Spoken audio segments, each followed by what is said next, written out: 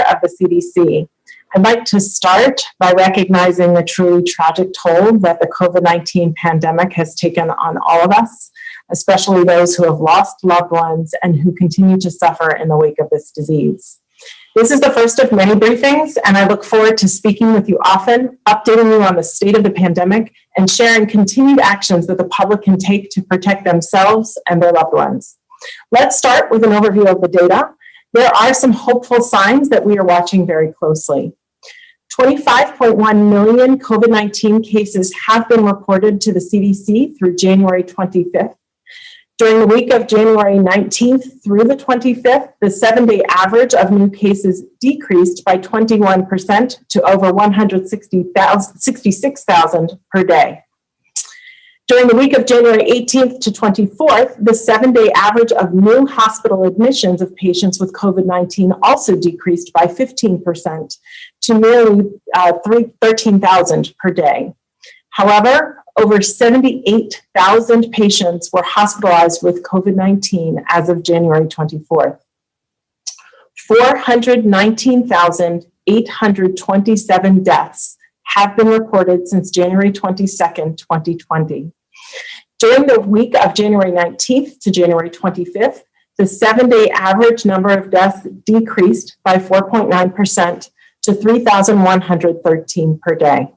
And while these data are trending downward is a good sign, the number of deaths reported in a single day during the outbreak was reported on January 20th, the peak number of 4,383 deaths. Though I am encouraged by these trends, our case rates remain extraordinarily high, and now is the time to remain vigilant. If we continue in the current trajectory, the CDC most recent national ensemble forecasts predicts that 479,000 to 514,000 COVID-19 deaths will be reported by February 20th, 2021. I know this is not news we all want to hear, but this is something we must say so we are all aware. But if we are united in action, we can turn things around. Continuing to expand safe, effective vaccination is key to ending the COVID-19 pandemic and bringing our country back to health. Daily vaccine doses administered continue to rise to more than 1.6 million doses per day over the past week. Over 23.5 million doses of COVID-19 vaccine have been already administered. This includes 3.4 million people who have already received their second dose. I want to take a moment here to emphasize that the COVID-19 vaccines are safe and they work. And this is backed up with data that I would like to share with you. Last week, the CDC released an MMWR on severe adverse events, most notably anaphylaxis, for those receipt of the Moderna vaccine as well as the Pfizer vaccine. Based on our most recent data, we found that there were 2.1 cases of anaphylaxis per million administered doses of Moderna and 6.2 cases of anaphylaxis per million doses administered of Pfizer. Let me be clear, these are rare, treatable outcomes, and the COVID-19 vaccines are safe. It's also important to put this into context.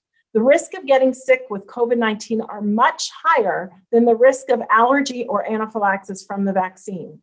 In the US, sadly, approximately 16,500 people for every 1 million who are diagnosed with COVID will die. And while anaphylaxis can be scary, there are effective treatments and patients generally do quite well. It's also important to note the mild side effects, like pain where you got your shot, feeling feverish or tired, and muscle aches after getting your shot. These are all normal and expected part of getting the vaccine, especially the second dose. And these symptoms mean that your immune system is revving up and the vaccine is actually working. CDC is actively monitoring for safety signals associated with these vaccines, and we are committed to sharing those safety data with you as they emerge. Also last week, CDC updated guidance to reduce barriers associated with returning for a second vaccine dose on a specific date, or when circumstances change between a first and second dose. There are two important updates that I want to clarify. First, in our updated guidance, the CDC still recommends that people get their second dose as close to the recommended interval as possible. That would be 3 weeks for the Pfizer vaccine and 4 weeks for the Moderna vaccine. However, we also know that life can get in the way and that some of those doses may be missed in the best time window. And in those rare circumstances, the second dose may be given up to 6 weeks or 42 days after the first.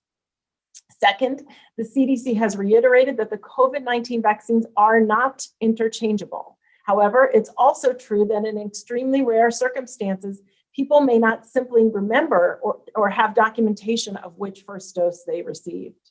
In these extremely rare situations, we have said that any available mRNA COVID-19 vaccine may be administered as the second dose if people are unaware of which first dose they received, and that would be at least 28 days after their first.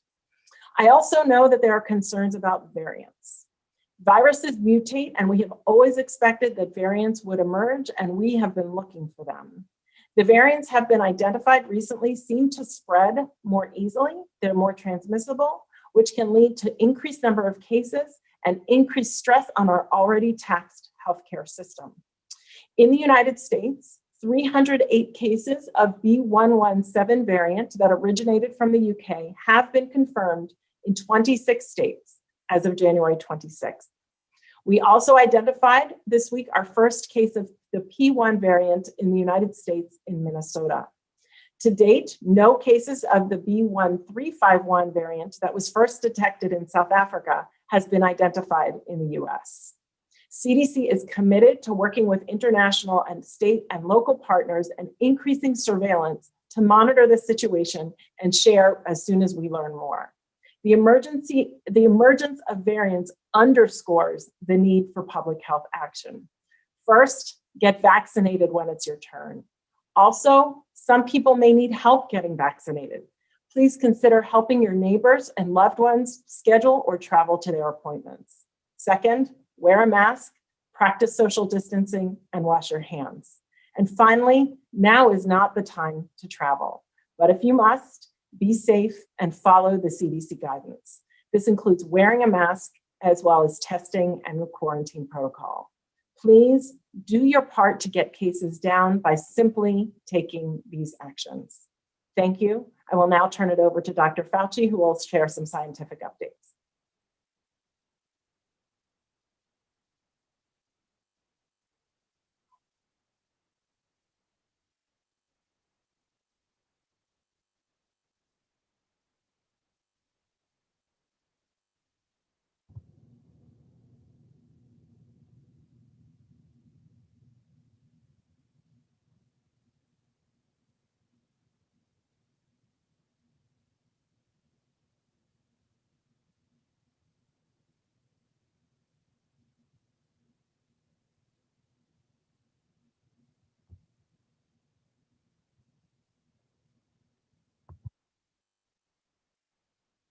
Bit about therapeutics. In therapeutic, Dr. Fauci? Yeah. I believe your audio just came on, so if you could come back to the beginning and start again, that'd be great. Okay, so in other words, nobody heard anything from me. Is that correct? Okay, well, I said a lot of really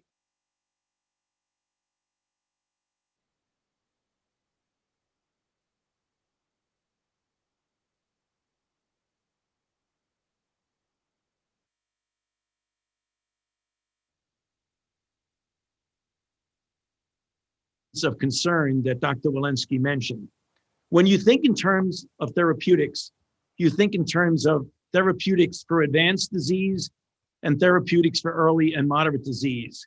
But also buried in that is targeting the virus itself versus targeting the aberrant inflammatory responses that often are the source and the cause of the morbidities and mortalities that we see with this particular disease.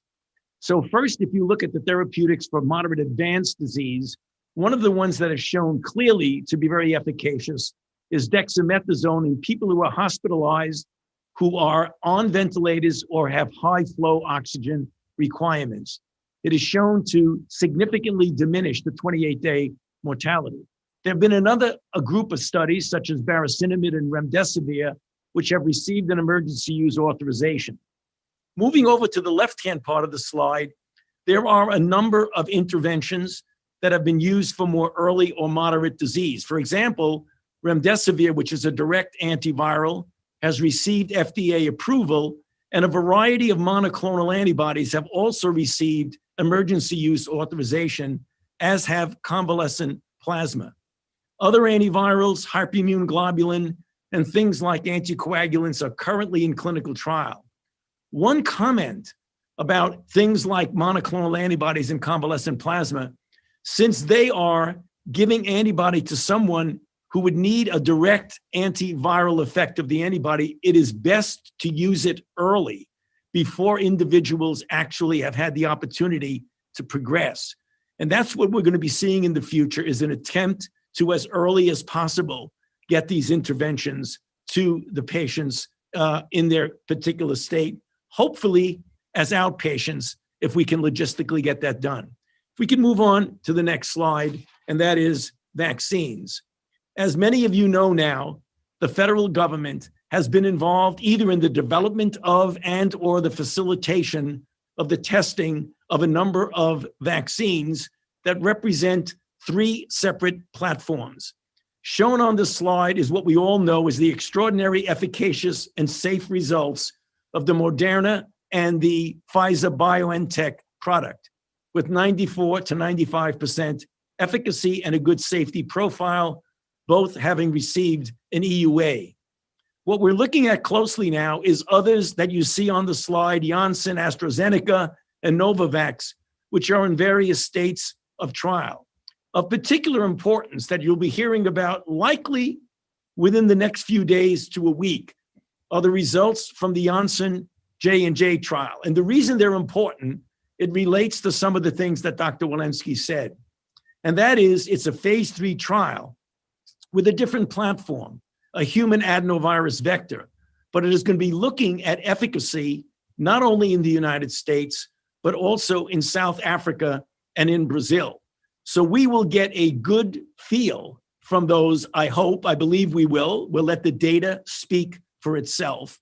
But what we will see was the relative efficacy against the wild type virus that is predominantly in the United States, as well as the South African isolate, which in fact is something that we will be able to get a feel for the efficacy there. So we'll have some comparative efficacy, which will inform us on where we would go if the eventuation occurs that we do have that particular lineage that would take seat itself in the United States.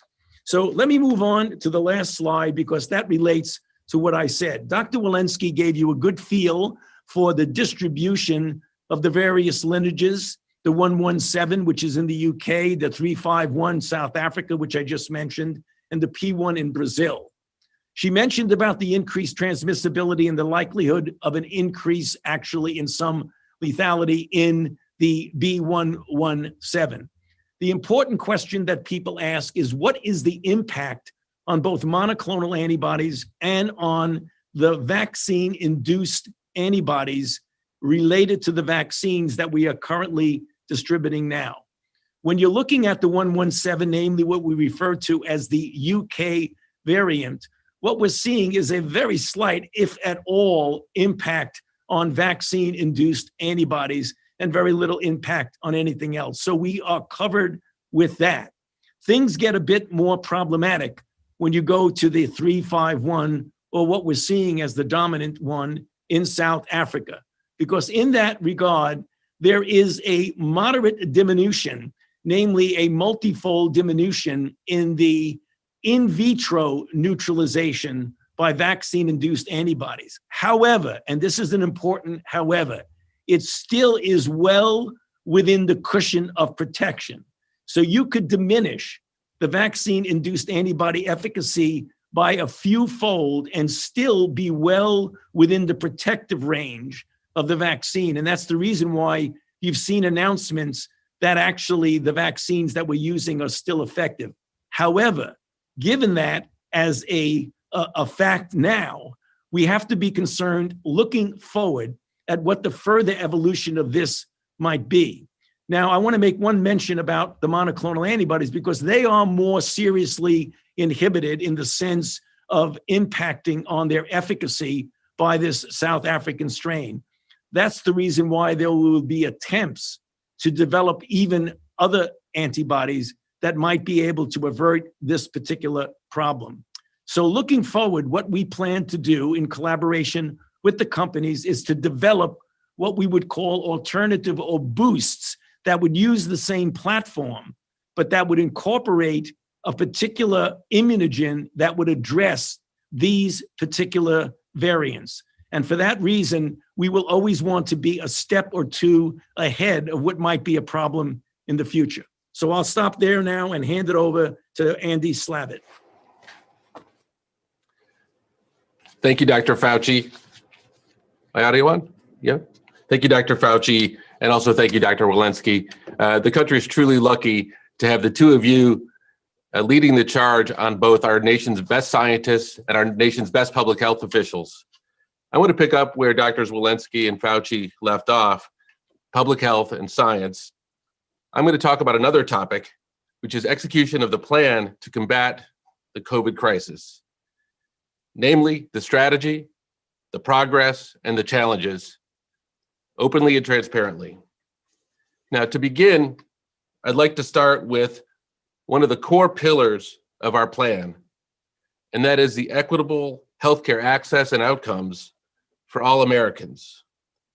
So let me introduce Dr. Marcela Nunez-Smith, who is head of the Health Equity Task Force, to make some comments on where we stand as a country in the battle to make sure we get every American equitable access to the medical care and the vaccinations that they need. Great. Thank you so much, Andy. And that's correct. Equity is absolutely a foundational component of our national plan.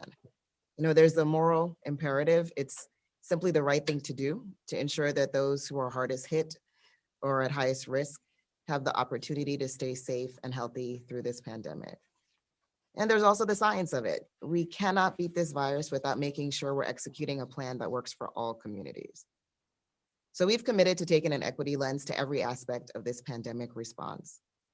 That includes minimizing the risk of getting infected, and for those who get COVID, minimizing the risk of hospitalization or death. So that includes ensuring access to PPE, testing, treatments, and vaccines. It also includes making it possible for people to safely quarantine and isolate and to monitor the impacts of long COVID. So from what the data show us, we still have a long way to go. Latino, Indigenous, and Black people in America are dying at high rates from COVID-19. And folks in rural communities have case and death rates that continue to climb, and they're dying at higher rates than people in metropolitan areas. So by race, ethnicity, sexual orientation, gender identity, disability, geography, based on where you live, COVID-19 is leaving a terrible imprint on far too many communities. Next slide. So the president took immediate action to combat COVID-19 health equities. Last Thursday, President Biden signed an executive order on ensuring an equitable pandemic response and recovery. And a key part of his approach to ensuring equity is through the COVID-19 Health Equity Task Force. So this task force is responsible for providing specific recommendations to the president through the COVID-19 response coordinator for mitigating the health inequities caused or exacerbated by the COVID-19 pandemic, and also for preventing these kinds of inequities in the future. The task force will include individuals with insights into these groups that have been hardest hit. So their role will be advisory in nature, but the president has asked them to make some recommendations on a range of issues. Optimally allocating COVID-19 resources by agencies and by state, local, tribal, and territorial officials. Dispersing COVID-19 relief funds in a way that advances equity. Ensuring effective, culturally aligned communication, messaging, and outreach to our hardest hit communities.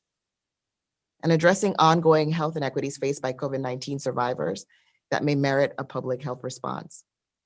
So it's going to be essential that we collect data for the hardest hit communities and identify data sources that would enable development of short-term targets for pandemic-related actions and address longer-term data shortfalls and challenges to better prepare and respond to future pandemics. So we will be announcing the members of this task force soon. As President Biden is adamant, they hit the ground running, especially now as so many people and communities are disproportionately hurting from this pandemic. And for the last slide, finally, it's critical everyone has equitable access to all of the resources necessary to make it through this pandemic. And that includes equitable distribution of COVID-19 vaccines to all communities. So all Americans, everyone in our country should have the benefit of a safe, effective vaccine that can prevent them from getting sick or dying from COVID-19. It takes intention and deliberate action to advance equity in this vaccine distribution process. So we're going to do that through a series of important actions. We're leveraging data sources, both from government and other sectors, to find and remedy inequities. We're limiting all out-of-pocket costs for vaccines. Your ability to pay should not play a role in your decision of whether or not to receive this vaccine. We're removing structural barriers to access in underserved communities.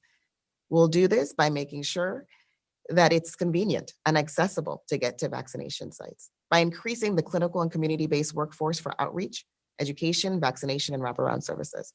We're working to make sure that transportation and paid time off are available so people can make it out to get their vaccine. We're going to increase and support core venues of vaccination, including federally qualified health centers. And Andy's going to talk about some of our other venues for vaccination that we're ramping up. But it will be important to make sure vaccine is available for everyone. And oftentimes that will mean bringing the vaccine right to people. So next, we're already talking to states about their pandemic plans and strategies for equity. We're here to provide technical assistance when needed. But when local health officials are making great progress in equity, we're sharing some of those great ideas with their peers around the country. And finally, we're launching a robust national public education campaign to make sure people know about this vaccine, the facts, and not the misinformation. We want people to know that the vaccines are safe and effective. We want everyone to be able to make decisions with the best information possible. And we're going to make sure that the information comes to them in places and in ways that are most likely to reach them. It's critical this public education work be very local in nature. Critical that we in the federal government support the relationships that already exist between faith and community leaders and their communities. So while there is no single way to do this work, there are best practices that must define our approach, and supporting those best practices will be our focus in the days and weeks to come. So there's so much to do to get through this pandemic, and we want to make sure all communities are cared for and supported along the way. So with that, I'm going to turn it back over to you, Andy. Thank you, Dr. Nunes-Smith. And look, it's appropriate that I follow in my report Drs. Walensky, Fauci, and Nunes-Smith, very simply because it's important to send the message to the public that the White House respects and will follow the science, and the scientists will speak independently, and that our core values of science, public health, and equity are going to drive our actions here at the White House. The president launched a national strategy just as he assumed office on the second day. And at the heart of that plan is the most aggressive actions possible to stem the pandemic and follow the science. So Dr. Walensky spoke about the high levels of spread still in this country, even as they decline. Dr. Fauci talked about the threat from the new variants. And Dr.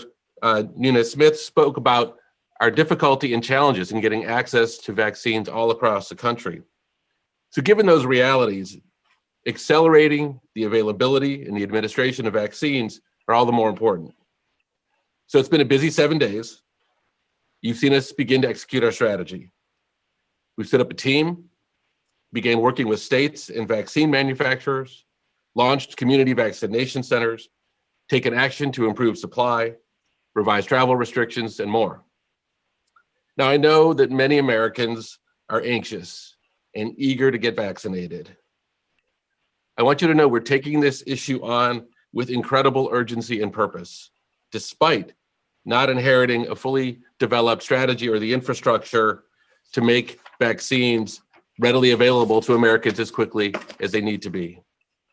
So far this week, we've been hitting our target of an average of 1 million vaccinations per day necessary to meet the president's early commitment to administer 100 million shots in 100 days. Now, as you heard from the president this week, he is pushing us to view 1 million per day as the floor, not the ceiling.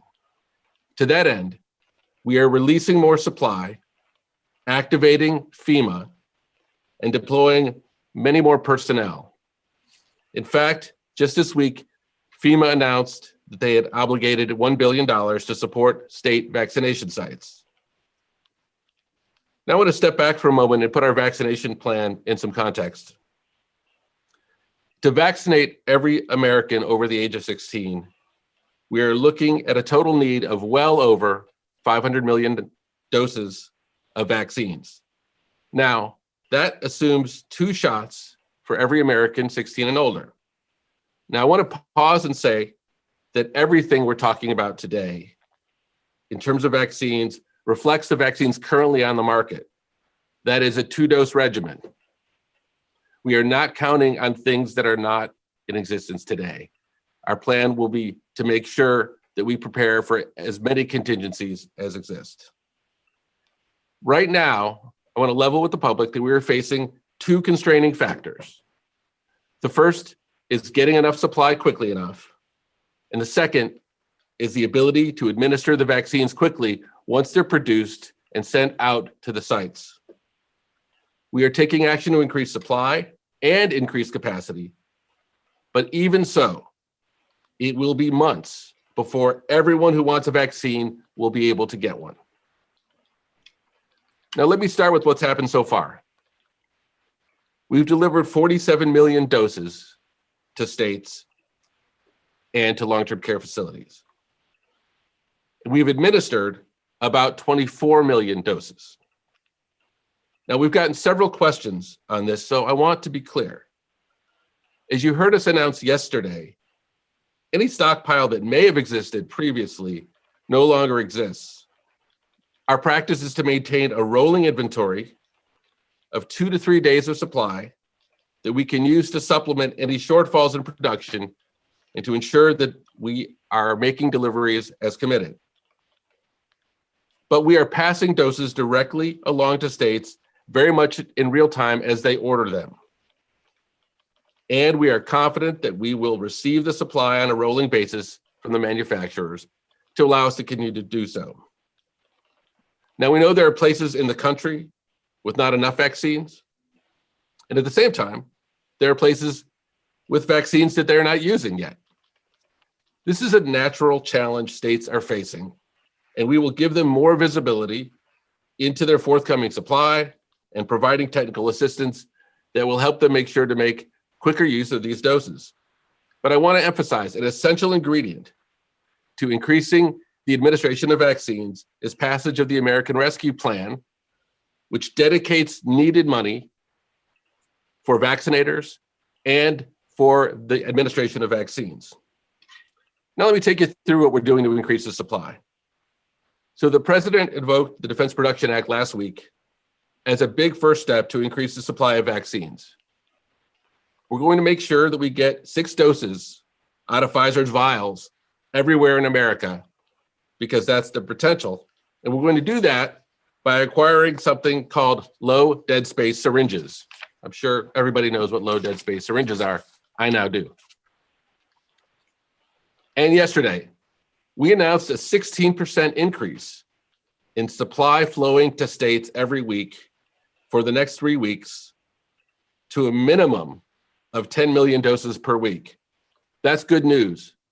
But what's also important about it is it gives states the visibility that they have lacked to know how many vaccines are coming in so they can make commitments to their partners in states and to the citizens and residents of their state so they know when to expect vaccines to arrive. Pfizer and Moderna are committed to delivering a total of 200 million doses by the end of March, with much of it coming at the end of the quarter. So it will accelerate.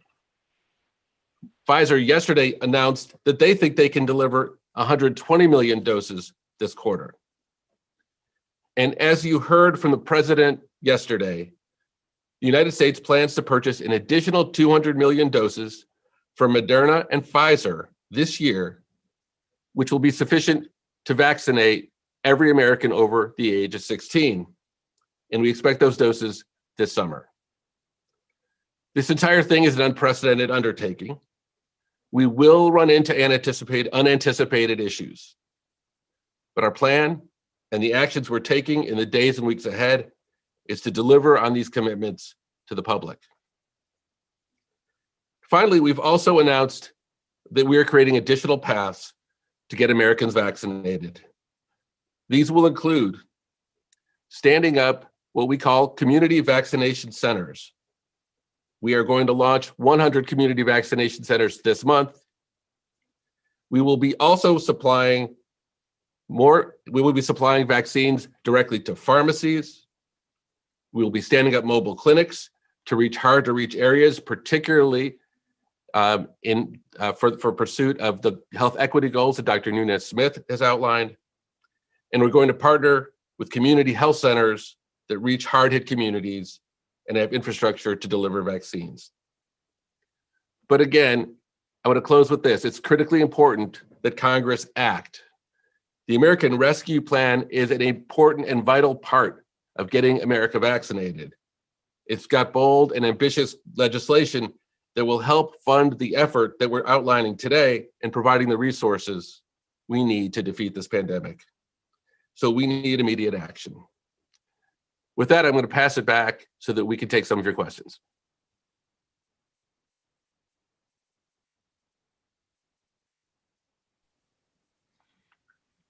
Okay, great. If folks have a question, you can use the raise hand feature on your screen, and we will try to get to as many as we can here in the time that we have left. So let's start with Anjali at Yahoo News. You should be unmuted.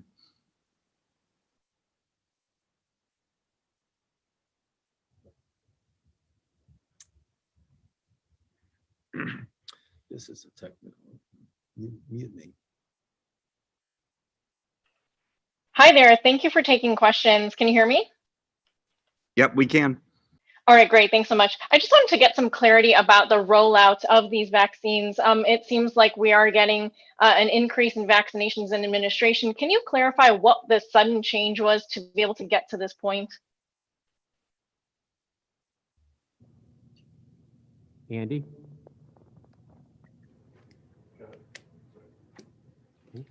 Andy Slavic, can you hear us? Yes, I can hear you. Okay, did you hear the question was about what the increase, the recent increase, what it was driven by? The minimum of 10 million to states for the next 3 weeks. How was that achieved? Andy? Yeah, thank you. Yeah, thank you, Jeff. It's a good question. Look, this entire effort is not about just big blast goals, but it's about day-to-day execution. You know, this is the result of the work of Pfizer and Moderna, and in this case, much of the increase came from our work with Moderna. There were planned increases and scrutinizing what's available so that we can make a commitment to states. Very importantly, we need to add predictability into this process. So I think this is due to the hard work of everybody involved in the process. Great. Let's go to Cheryl Stolberg at the Times next. Thank you for doing this call. I appreciate it. I was wondering if you could be specific about what you will not be able to do if Congress does not pass the American Rescue Plan. And separately, I'm interested in hearing from Dr. Walensky how accurate the CDC data showing that states and localities are not using about half the vaccine distributed to them. And if that data is the wrong picture, what is the accurate picture? So thank you, Cheryl. I'll take the first question and then I'll turn it over to Dr. Walensky. It's essential that Congress pass the act. We are committed to 100 shots in 100 days, and that piece of it is not dependent upon Congress providing funds. But as we all know, that's just the start.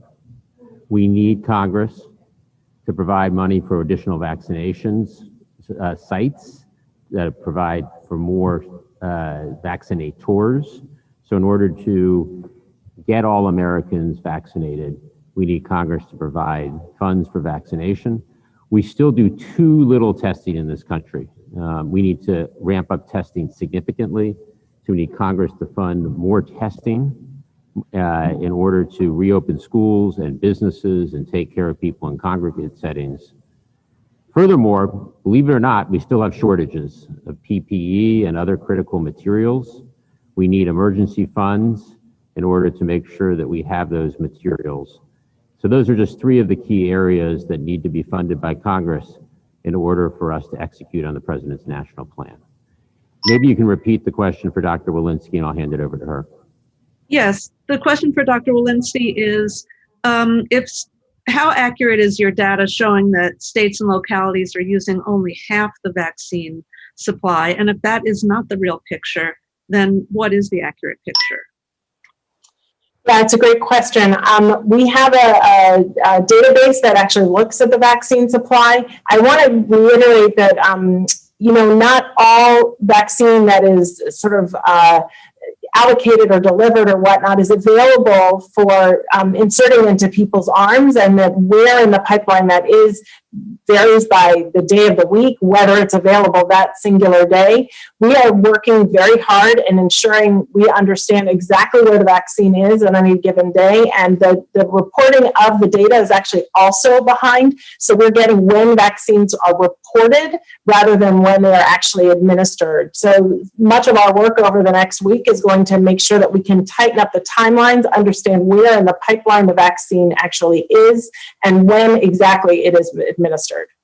Yeah, I want to make 2 points. One, most states are getting better at putting needles in arms, and the federal government is beginning to support those efforts through all the vehicles that Andy described in partnership with the states. Some of what is the states are have right now is inventory to do the very, very important second shot.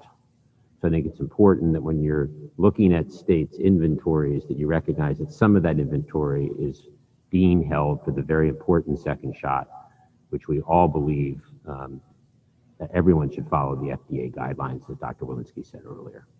So states are getting better. The federal government is ramping up its support. We got a long way to go, and we're very committed to the 100 million shots in the first 100 days. Great. Let's go next to Ed O'Keefe at CBS News. Thank you all for doing this. A few kind of questions about the Defense Production Act and the aspects of sort of how the administration can maybe hasten the production of vaccine and related products.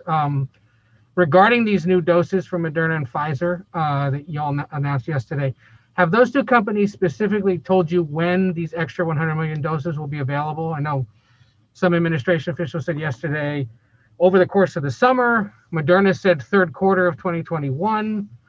That's a broad range. And so I'm curious if you can sort of narrow that down. And, why isn't it being used yet, the DPA, to perhaps compel other companies or even other pharmaceuticals to help make already approved vaccines? So Ed, let's take it a question at a time. Andy, why don't you start with the DPA and then also touch on the likely delivery of the additional 200 million doses. Great. Yeah, thanks for the question. The Defense Production Act is a very important vehicle for us, and we have an entire team that's focused on how to maximize and speed supply.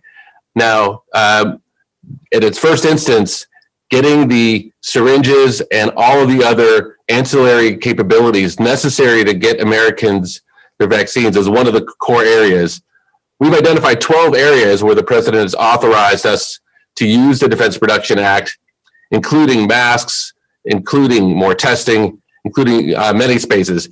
To the very specific question of whether or not a factory can be retrofitted to mass produce another vaccine, that's something that's under active exploration. As you can imagine, it's not as simple as walking in and flipping a switch. These are delicate processes, very sterile processes, and have to be done in a way that actually completely works. But we will not be afraid to explore every option to get more vaccines to the public as quickly as possible. As for the timing of the Moderna and Pfizer contracts, I think look, it is no secret that it is our goal to accelerate that as much as possible. To the extent that we run into those physical limitations, we have to make sure that the vaccines that are produced are done the right way so that we can sign off and get them to the states and get them to the public. So right now, that looks like sometime over the summer.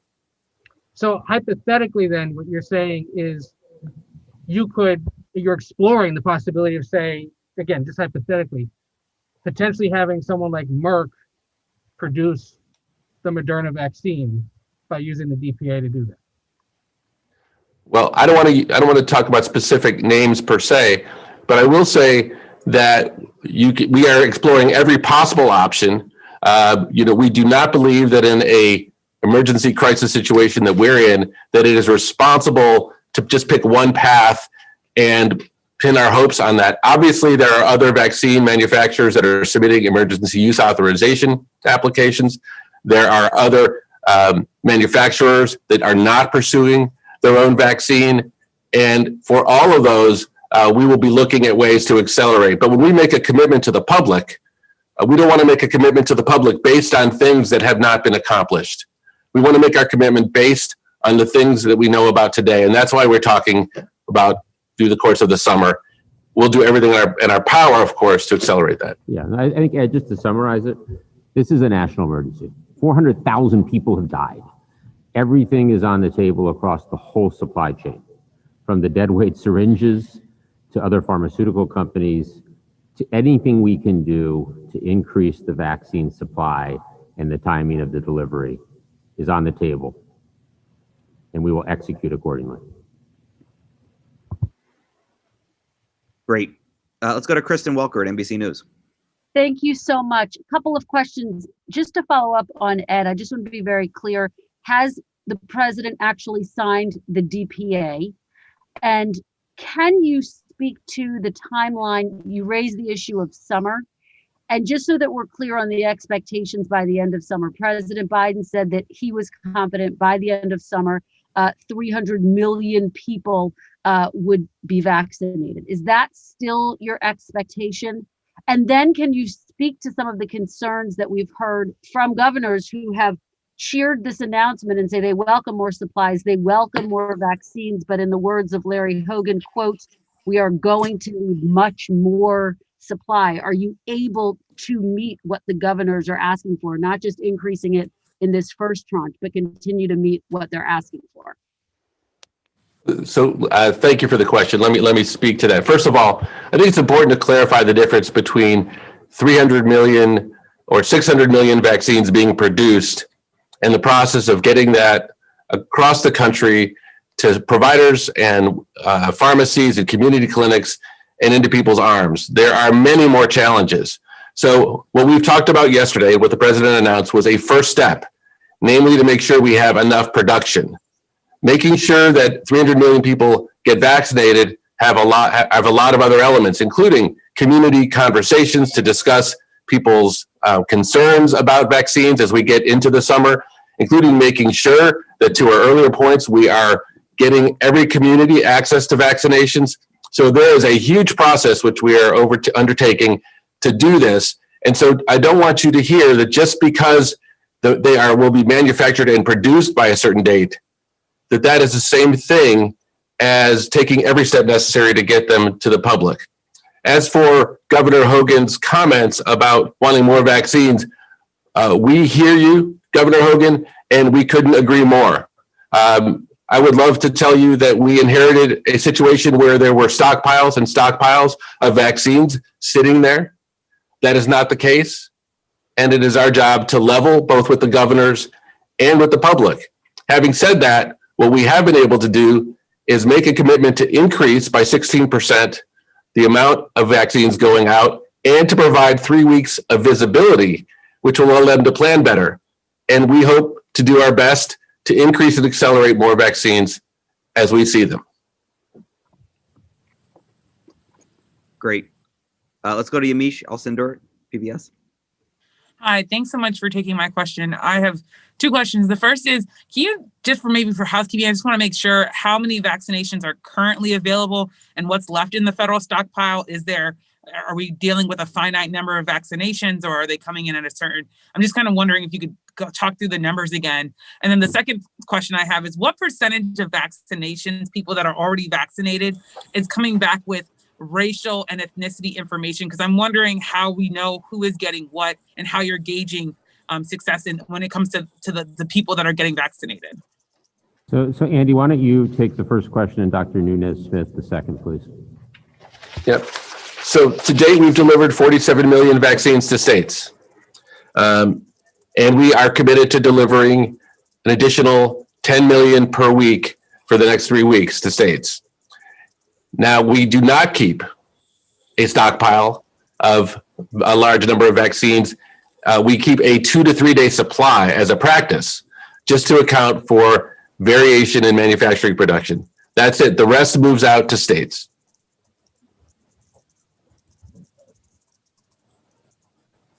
So thanks for I think part of the confusion here is there was a practice early on, before we were in office, of having a stockpile. The president-elect. I lost volume. 2 to 3 days, as Andy said, of supply to deal with any unforeseen situations. Dr. Nunez-Smith. Great, thank you. And thank you for that question.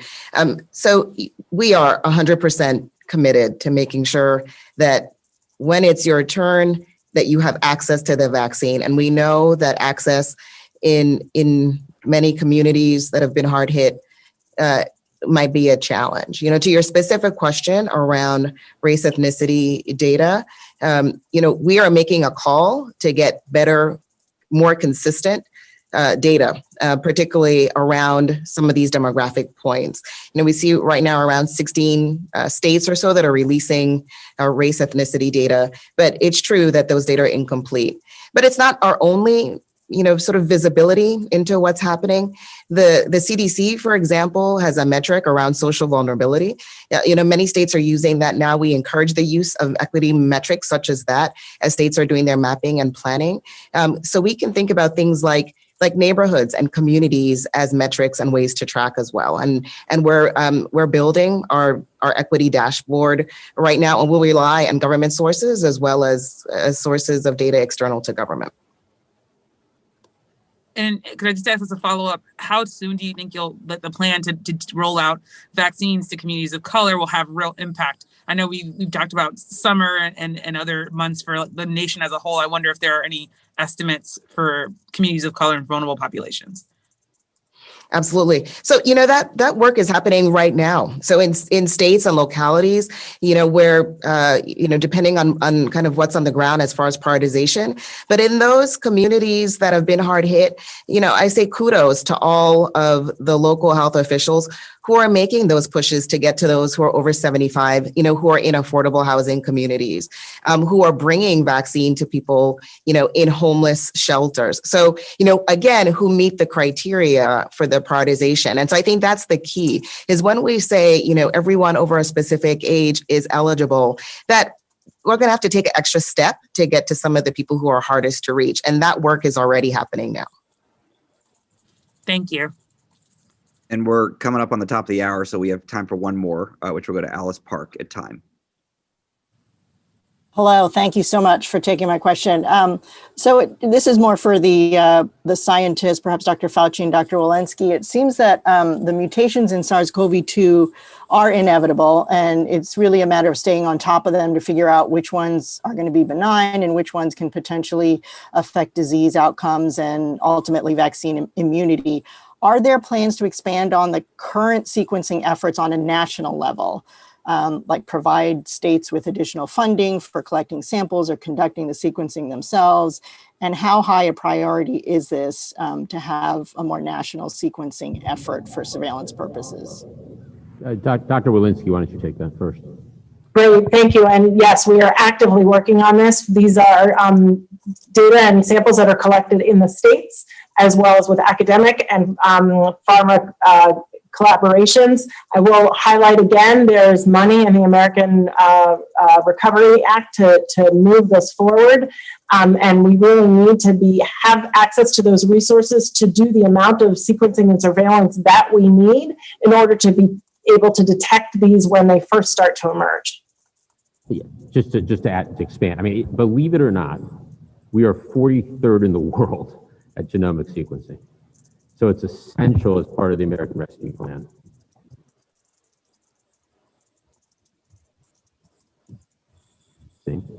To stop the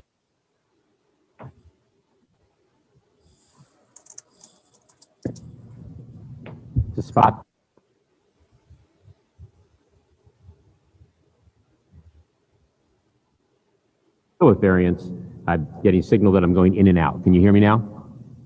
Okay, so I'll back up for a second. We're 43rd in the world in genomic sequencing, totally unacceptable. As part of the American Rescue Plan, we remedy that situation and do the appropriate amount of genomic sequencing, which will allow us to spot variants early, which is the best way to deal with any potential variants. Dr. Fauci? Yeah. One other thing I think people need to understand is that, as we all know, RNA viruses mutate all the time. That's what they do. That's their business. And there are very few, but they do happen, occurring. That is, that you get one that has a functional relevancy to it, the way we've seen with greater transmissibility, possibility of greater virulence, but also importantly for us, what I mentioned in my opening comments is that what is the relationship between the mutant and the induction of antibodies by the vaccines that we do. So supplementing what Dr. Walensky said, that together with the CDC's expansion in getting more real-time sequence genomic surveillance, the NIH will be collaborating with the CDC in looking at what the functional characteristics of these are. For example, we will be monitoring in real time the effect of antibodies that we induced with the current vaccines and with future vaccines as to what impact they have on the ability to neutralize these mutants. And as we see them getting further and further to a more vulnerable part, that's when we trigger the kinds of things that I mentioned in my opening remark, namely making a version of the same vaccine that in fact would be directed specifically against the relevant mutant. And all of that is going on in real time, literally as we speak.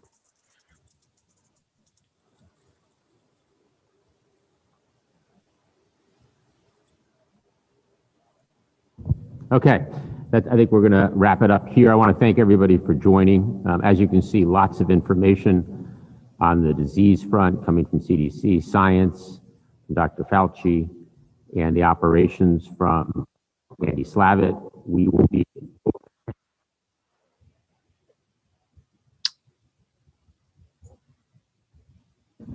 We plan on doing these on a regular basis, and the next briefing will be on Friday. Thank you for your patience and for all your great questions. Appreciate it.